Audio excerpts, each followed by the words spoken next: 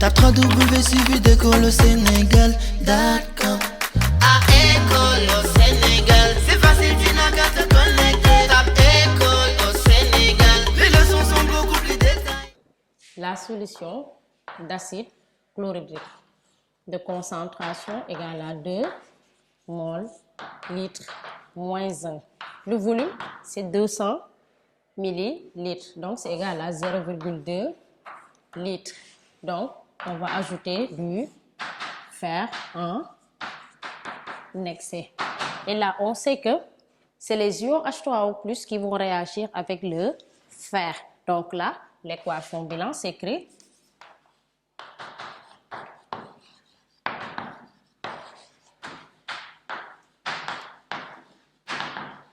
donc l'équation de la réaction sera H3O+, plus Fe qui va donner H2O plus Fe2 plus du dihydrogène qui va se dégager. Donc là, on équilibre l'équation parce qu'on a au niveau des réactifs une charge positive et au niveau des produits deux charges plus. Donc là, je multiplie par 2 pour avoir deux charges positives. Maintenant, les charges sont équilibrées. Je vais voir au niveau des hydrogènes.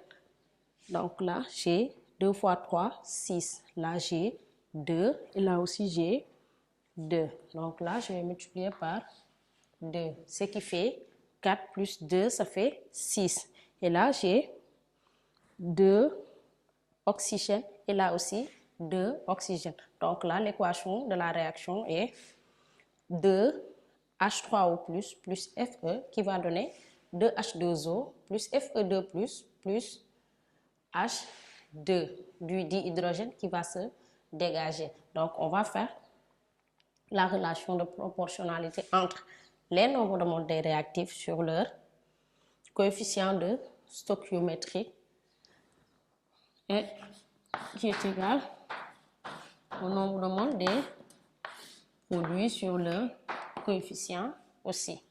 Donc là, N2 Fe sur 1 et là c'est aussi égal à N2 H2O sur 2 est égal à N2 Fe2 plus sur 1 et c'est égal à N2 H2.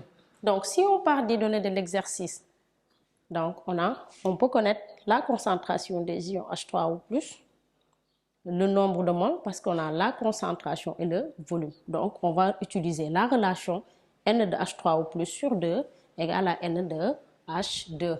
Donc là, on pourra répondre à la deuxième question qui demande le volume de dihydrogène dégagé. Le volume de dihydrogène. Donc là, j'ai N2 H3O plus sur 2 qui est égal à N2 H2. Donc H2 c'est un gaz. Donc son nombre de moles sera égal au volume de H2 sur le volume molaire. Et dans les CNTP, le volume molaire est égal à 22,4. Donc là, ce qui fait que V de H2 sera égal au volume molaire que multiplie le nombre de moles de H3O plus sur 2. Et là, ce volume molaire multiplié là, c'est la concentration en ion H3O+, qui n'est rien d'autre que C multiplié par le volume. Donc, sur 2. Donc là, si on remplace ici Vm par sa valeur qui est égale à 22,4, H3O+, 22,4 c'est dans les CNTP. H3, la concentration en ion H3O+, c'est la concentration de la solution d'acide chlorhydrique. Donc, c'est égal à 2 qui multiplie par 0,2 divisé par 2. Et là, on trouve le volume de dihydrogène est égal à 4,48 litres. Donc là, dans cette partie, le fer était en excès. Et dans le petit 3, on va voir, on nous donne une quantité bien déterminée de fer. Et là, on va comparer quel est le réactif qui est en excès. Donc, dans cette troisième partie, on a une solution d'acide chlorhydrique de concentration C égale 2 mol litre moins 1 V 0,2 mol qu'on va ajouter du fer.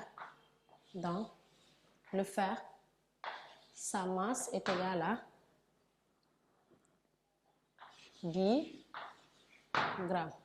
Donc, là, l'équation sera toujours 2H3O plus Fe qui donne 2H2O plus Fe2 plus H2 qui se dégage. Et on a la relation N de H3O plus sur 2 égale à N de Fe sur 1 égale à N de H2O sur 2 égale à N de Fe2 plus sur 1 égale à N de H2. Donc là, je calcule le nombre de moles initial de H3O plus. Donc là, c'est égal à C fois V. Donc, c'est égal à 2 mol litre moins 1 que multiplie 0,2 litre. Là, c'est égal à 0,4 mol. Maintenant, le nombre de moles initial de fer. Donc, on a la masse de fer sur la masse molaire de fer. Donc là, c'est égal à 10 grammes sur 56 grammes par gramme mol moins 1. Donc là, c'est égal à 0,17 mol. Et là, on remarque que le nombre de moles de H3O plus initial sur son coefficient stoichiométrique est supérieur au nombre de moles du fer sur son coefficient stoichiométrique. Donc là, on conclut que H3O plus est supérieur à Fe. Donc là, ça veut dire que l'acide est en excès. Donc là, je peux mettre le nombre de moles. L'acide est en excès. Maintenant, si je veux calculer le volume de dihydrogène dégagé, je vais utiliser le nombre de moles de fer. Donc là, je fais N de Fe sur 1 égale à N de H2. N'est-ce pas? Donc là, j'ai toujours masse de fer sur masse molaire de fer qui sera égale au volume de dihydrogène sur le volume molaire. Et là, on aura V de H2 qui est égal à nombre de moles de masse de Fe sur masse molaire de Fe qui multiplie le volume molaire. Et là, après calcul, on a V de H2 qui est égal à 5 litres. Donc là, on a résolu l'exercice 1. Maintenant, on va essayer de passer à l'exercice 2 où on mettra en évidence la réaction des ions H3O+, par rapport aux indicateurs colorés. Vous pouvez suivre d'école au Sénégal.com. À école au Sénégal.